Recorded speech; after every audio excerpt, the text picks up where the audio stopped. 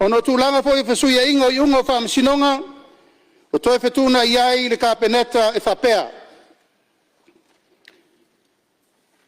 O whamaunia mai le aso lus fuluono me luafe lus fuluono. Le whailonga lo ia ma le tōwhia o le fionga ia Honorable Muripola ana Rosa Ale Muri'o. E nā te tau aveina le tofi sui Palemene se ia mai a le nei no whainga. Ina ua mai ai le whamau ese o le fionga ia Honorable Tuelupe wa au tele pa murinuku o na semo o na whai unga al whamsinonga. Le so fo I le utofi ai le fionga ia Honorable Te Apeato e vema minister ka peneta na te tau aveina le mtanga luenga le fono o awhai tula fono ma le komisina o sulfainga. O le so foi ua tofi ai le fionga ia tu ia pua fuatongi le toa e vema sui minister I le mtanga luenga o le fono o awhai tula fono ma le komisina o sulfainga. O nisi o whetunga ina matanga luenga whalapo tonga le malo.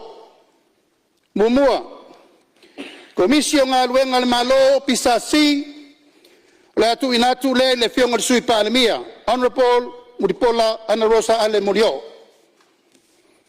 O le komiti o le whaatulangana o totongi le malo o le atau ave lea e le fionga le sui Palemene. Honorable Muripola ana Rosa Ale Muri'o. Tolu. Ulenga tina imu ma whaawelawe tupa fosei fesa le atau veina le fionga le minister o soifua maloloina Honorable Faleo'o Salu Olofipo. Wha putonga o metau fale Samoa Housing Corporation la tu inatu le minister o ainga maanga psotai Honorable Moi Whawo Julius Akui.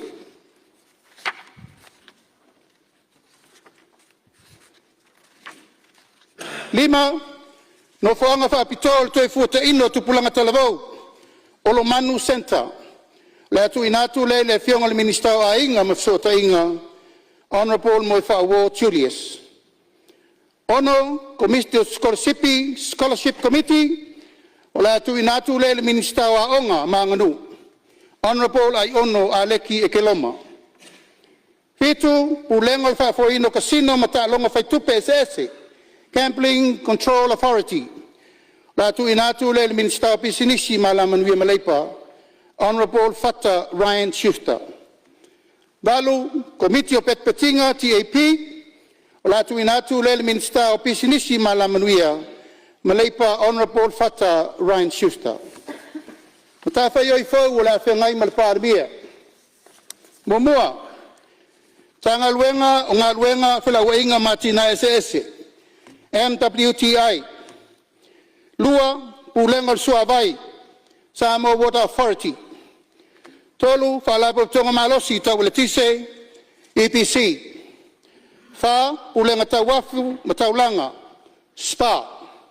Lima, Falapo Tonga Tauvao, Samoa Shipping Corporation. Ono, Pulenga Taufelawa Inga la Wilele, LTA. Pitu, company va Samoa Marpifala, Sa. Palu, Pulenga Mlavalele, Airport Authority. Iva, company va Lele, El Samoa Waste. Oisim Tafayoi, Valele Savili, Civil Aviation.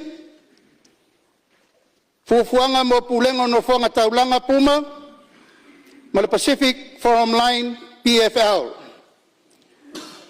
O minister lango mo le Palemene. O mua Honorable Moi Whawo Julius. Lua le fionga ia vui inga sione inga. Tolu to whaia tau tu ave se iuli la whaitele tai titi valoanga. Ma le luna wha to whaia siata pe vui tafu. Minister lango ma le fionga le sui Palemene. Honorable Paunga te mata vui tala lelei Paunga. Minister lango mo le minister ele mafuanga fanua Honorable Fesolai Apulu tusiupu tuingamala.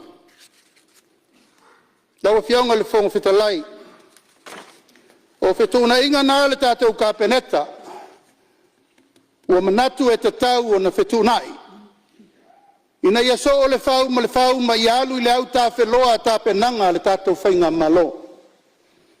Se furu nei o masina, penga iai pēr le whainga malo, ma ana whainga whawae, ma ana fufuanga lualu mau ma polo kalame uma na whaailoa ia Samoa. Le lava e wha solo taulumanga e peo na fufuaina. E leo te nama sela ina fo i le tele o wha fita au li malui tau. O lo whengai ma le tātou whainga malo. E tai, sao noa le tai o le sao ninga le tai au nei. E siri atu le te leo le atua o lo tātou tapuai ma te talo iai. Ma ua suia whawhita auli e vea malui tau.